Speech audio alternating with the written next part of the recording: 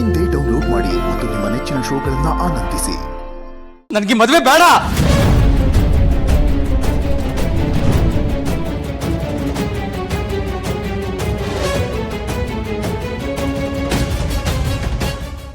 ಯಾರವನು? ಕಳ್ರಿ ಅಕ್ಕನಿಗೆ ಈ ಮದುವೆ ಇಷ್ಟ ಇಲ್ಲ ಅಂದ್ರೆ ನಿಮ್ಗೆ ಯಾರಿಗೂ ಯಾಕೆ ಅರ್ಥ ಆಗ್ತಿಲ್ಲ? ನನಗೆ ಮದ್ವೆ ಇಷ್ಟ ಇಲ್ಲ.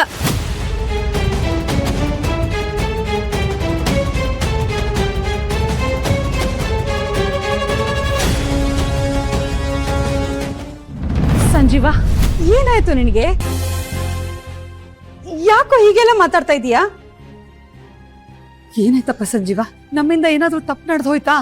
ಅಯ್ಯೋ, ಹಾಗೇನು ಇಲ್ಲ ಅಮ್ಮನವ್ರೆ. ಅವನು ಇಲ್ಲಿಗೆ ಬಂದಾಗ ಖುಷಿಯಾಗೇ ಇದ್ದ. ಯಾಕೋ ಏನಾಯ್ತು ನಿನಗೆ?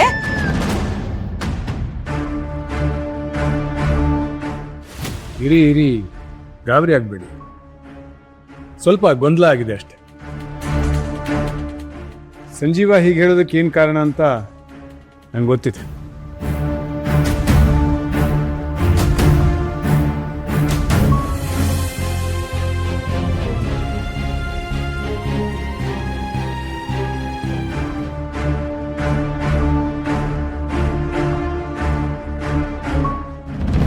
ಅಮ್ಮು ಅಮ್ಮು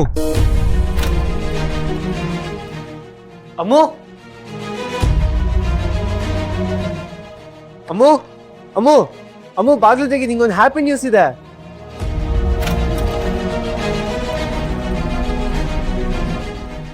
ಅಮ್ಮು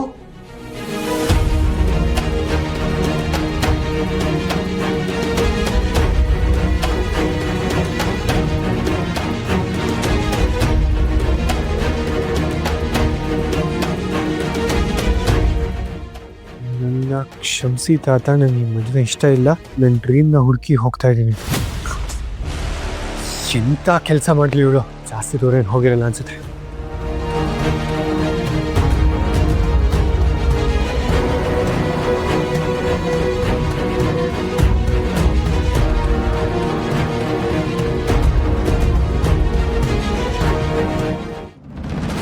ಅಣ್ಣ, ಏನಾಯ್ತು? ಅಲ್ಲಿ ನೋಡು, ಬ್ಯಾಗ್ ಹೇಳ್ಕೊಂಡು ಹೇಗೆ ಹೋಗ್ತಿದ್ದಾಳೆ ಅಂತ. ಅಮ್ಮು,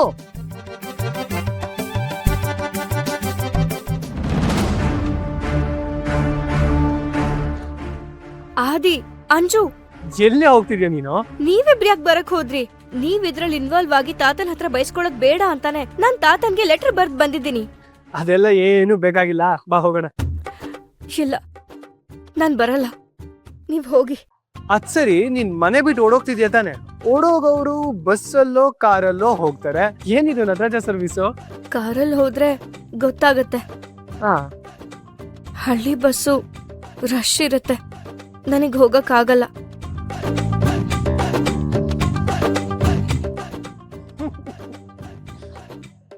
ತಪ್ಪಿಸ್ಕೊಂಡು ಓಡೋಗಕ್ಕೂ ಬೇರೆ ಇವಳಿಗೆ. ಬೆಂಗಳೂರವರೆಗೂ ಹಿಂಗೆ ನಡ್ಕೊಂಡು ಹೋಗ್ಬಿಡ್ತಿದ್ದ. ನನ್ ಕಷ್ಟ ನೋಡಿ ನಿಮ್ಗೆ ತಮಾಷೆ ಅನಿಸ್ತಿದ್ಯಾ?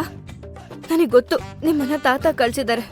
ನೀವ್ ಹೋಗಿ, ನಾನು ಇಲ್ಲಿಂದ ಬೆಂಗಳೂರಿಗೆ ಹೋಗಿ ಅಲ್ಲಿಂದ ಮುಂಬೈಗೆ ಫ್ಲೈಟ್ ತಗೊಂಡ್ಬಿಟ್ಟು. ಕ್ಯಾನ್ಸಲ್ ಆಗಿದೆ ಅಮ್ಮು.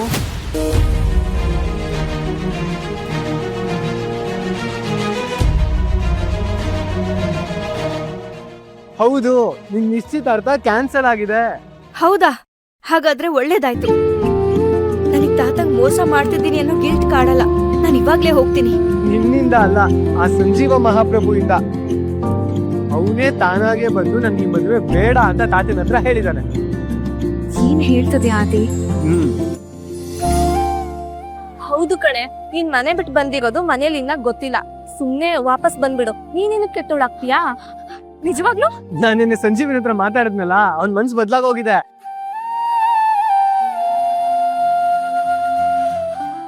ಇನ್ನಿವತ್ ಮಧ್ಯಾಹ್ನ ಬೆಂಗಳೂರಿಗೆ ಹೋಗ್ತಾ ಇರೋದೆ. ಹಾಗಾದ್ರೆ ಏನ್ ನೋಡ್ತಿದ್ಯಾ? ಹತ್ತೋ ಗಾಡಿ. ಬಾಬಾ, 3 ಜನ ಒಂದೇ ಬೈಕ್ ಅಲ್ಲ?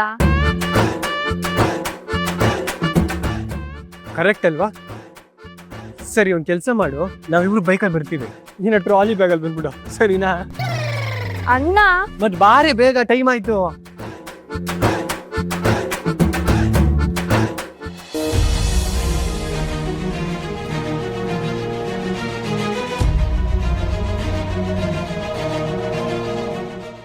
ಲಕ್ಷ್ಮಿಯಲ್ಲಿ ಲಕ್ಷ್ಮಿ ಬಾಮ್.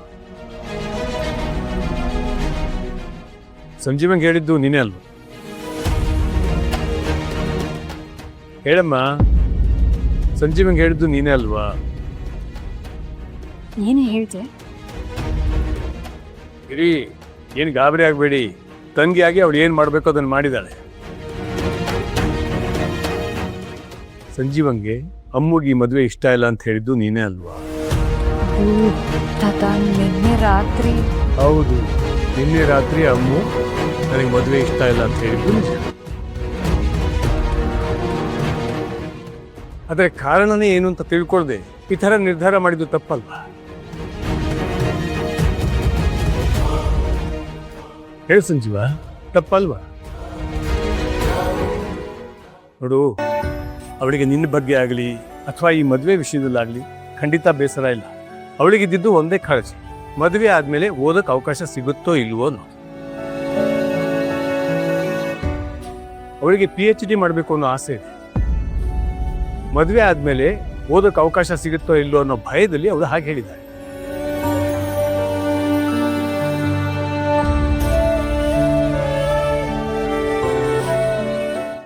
ಈಗ ನೀನು ಹೇಳು ಸಂಜೀವ, ನನ್ನ ಮೊಮ್ಮಗಳಿಗೆ ಮದುವೆ ಆದಮೇಲೆ ಓದೋಕ್ಕೆ ಅವಕಾಶ ಮಾಡಿಕೊಡ್ತೀಯೋ ಇಲ್ವೋ?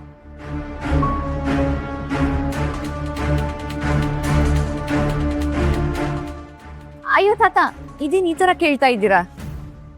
ನಮ್ಮಣ್ಣ 100 ಜನಕ್ಕೆ ಪಾಠ ಹೇಳ್ಕೊಡೋನು, ಅಂಥದ್ರಲ್ಲಿ ಅಕ್ಕೆಗ್ ಬೇಡ ಅಂತನಾ? ಆಯ್ತಲ್ಲ, ಮತ್ತೆ ನಮ್ಮ ಅಮ್ಮಗೆ ಬೇಕಾಗಿರೋದು ಇದೇನೆ. ನಾನು ಅವಳ ಜೊತೆ ಮಾತಾಡ್ತೀನಿ. ಅಲ್ಲ, ಒಂದು ಮಾತು ಅಮೃತನ ಹತ್ರನೂ. ಎಲ್ಲ ಸರಿ ಆಯ್ತಲ್ಲ. ಇನ್ನು ಶಾಸ್ತ್ರೋಕ್ತವಾಗಿ ನಿಶ್ಚಿತಾರ್ಥ ಕಾರ್ಯಕ್ರಮ ಶುರು ಮಾಡೋಣ. ಏನು ಅದು ಟ್ವಿಸ್ಟ್ ಮೇಲೆ ಟ್ವಿಸ್ಟ್ ಬರ್ತಾ ಇದೆ? ಸುಮ್ಮನೆ ಇರೆ. ಟ್ವಿಸ್ಟ್ ಮೇಲೆ ಟ್ವಿಸ್ಟ್ಗಳು ಇರಬೇಕು.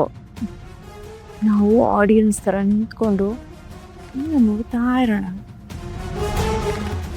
ಸಂಜೀವ, ನಗಪ್ಪ. ಎಲ್ರೂ ಈ ಲಕ್ಕಿನ ಕ್ಷಮಿಸ್ಬಿಡಿ. ಈ ಗೊಂದಲಕ್ಕೆಲ್ಲ ನಾನೇ ಕಾರಣ.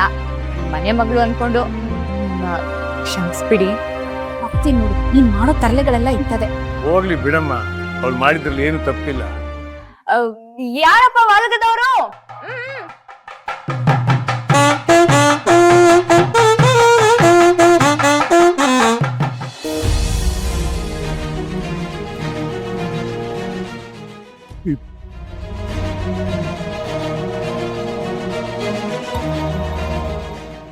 ಆದಿ, ನಾನು ಹೋಗಿರೋದು ಯಾರಿಗೂ ಗೊತ್ತಿಲ್ಲ ಅಲ್ವಾ?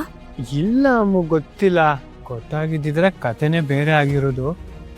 ಊರೆಲ್ಲ ನಿಂತು ಕೇಳಲಿ ಆದಿ ಲಕ್ಷ್ಮೀ ಪುರಾಣ.